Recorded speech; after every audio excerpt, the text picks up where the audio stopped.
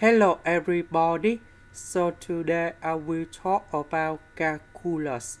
The topic today is about mean value theorem. So now I will show you how to answer. We have this equation in here. So we have B and A. So this is about A. This is about B. So we need to find f of number 1 and f of number 2. So I will put number 1 cone here and here, number 2 cone here and here to find about f of number 1 and f of number 2.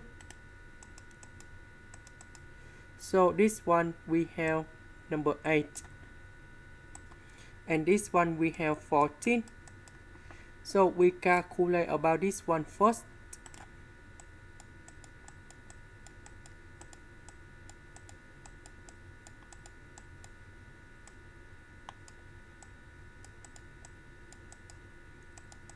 So f of number 2 we have 14, f of number 1 we have 8.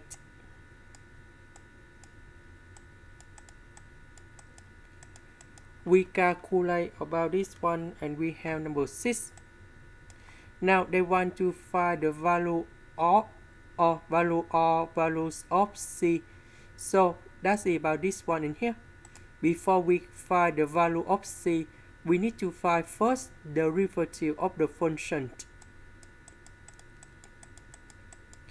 First, the derivative of s squared, we have 2s. First, the derivative of s, we have number 1. So we have 3 multiplied by number 1 in here. So we have number 3. First, the derivative of number 4. This is about the constant. So you got about 0 in here. Because number 6 is equal to f of C.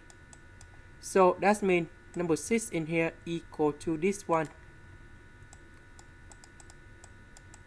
And later that, we can find the value of C.